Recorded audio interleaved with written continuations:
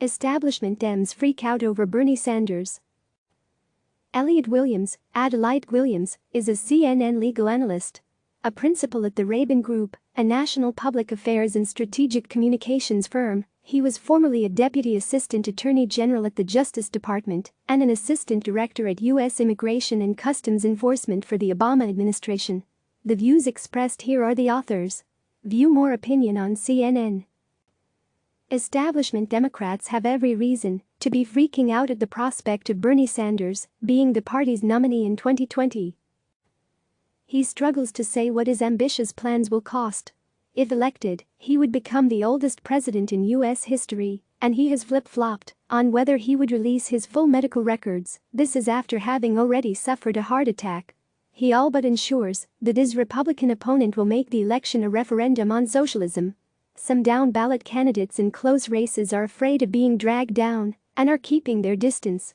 Attack ads from President Donald Trump and his allies assailing Sanders' views on Fidel Castro and Soviet Russia practically write themselves. And don't get me started about the conduct of some of his supporters and even some of his staffers online. But it also might be time for Democrats to take a deep breath. Bernie Sanders has as good a shot as any of the other candidates at beating Trump, maybe even a better one. Above all else, the numbers don't lie. A February 10 Quinnipiac poll among registered voters has Sanders beating President Trump 51-43, right in the ballpark of the amounts by which former New York Mayor Michael Bloomberg and former Vice President Joe Biden lead the president, and a little ahead of where Massachusetts Senator Elizabeth Warren, Minnesota Senator Amy Klobuchar and former South Bend Mayor Pete Buttigieg fall. He won the Nevada caucuses with the support of voters who identify as liberal, finishing a close second to Biden among black voters and moderates, two camps that, months ago, were rock solid for Biden. Of course, in presidential elections, all that matters is the electoral college map. Still, Sanders is in comparatively fine shape there too. According to a Quinnipiac swing state poll released last week, Sanders leads the president in must-win Pennsylvania and Michigan.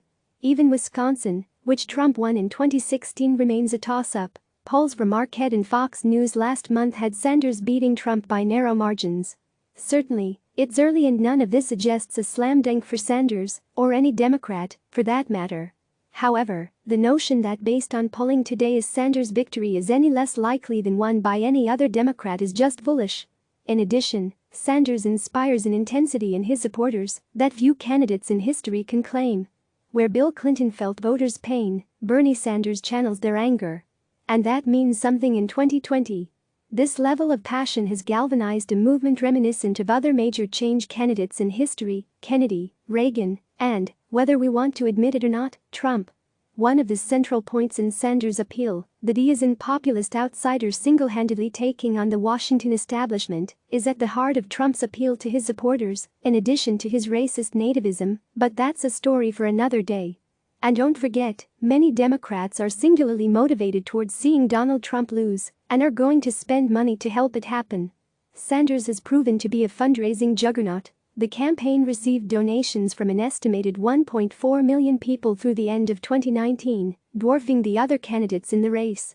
He collected $96 million from donors in 2019 without holding any high-dollar fundraisers.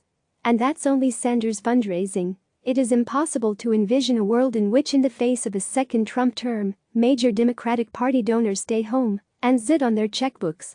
Even Bloomberg, perhaps as big a target of Sanders supporters as Trump, has pledged to spend millions helping to elect the Democratic nominee, even if it isn't him. None of this is an argument that everyone should start feeling the burn. There are still plenty of votes to be cast between now and the Democratic National Convention in July. About a third of the party's pledged delegates are at stake on Super Tuesday on March 3. Primaries are inherently contentious. Remember George H.W. Bush, the eventual vice president, blasting Reagan's voodoo economics, and there is a path to the nomination for any number of Democrats running for president now. Even with Sanders' current lead, anything is possible. In the end, the question of whether Democrats are doomed in 2020 doesn't necessarily hinge on whether Sanders is the nominee. In fact, wait for it, having him as the nominee may not end up being all that bad. Inhale, Democrats. Now exhale. And on to South Carolina. Click subscribe to receive the latest news.